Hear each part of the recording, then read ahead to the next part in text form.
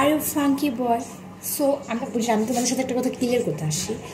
সকালে যদি আমরা যখন ঘুমতে করবো না, তখন তো আমাদের চলতে চলতে যেভাবে এলোমেলো থাকবে, এইভাবে থাকবে, ওইভাবে থাকবে।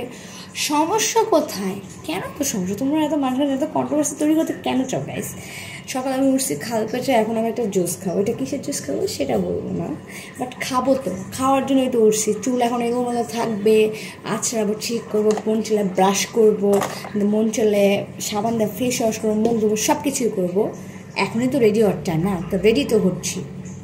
হ্যাঁ, দেন আসি খাওয়ার কথায়।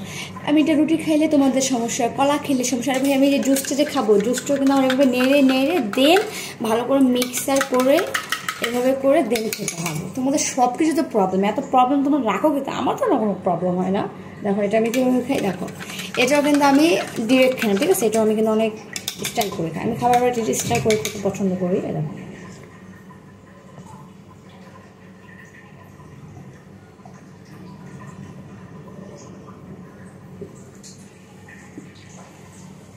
মাঝে মাঝে বেশি খাবার খেলাম, যখন এই পর্যন্ত চলে যায় প্রয়োজনের বেশি, তখন কিন্তু এসে পড়ছো। সব কিছুতে মাইন্ড করবে না, okay? Never mind. So let's go.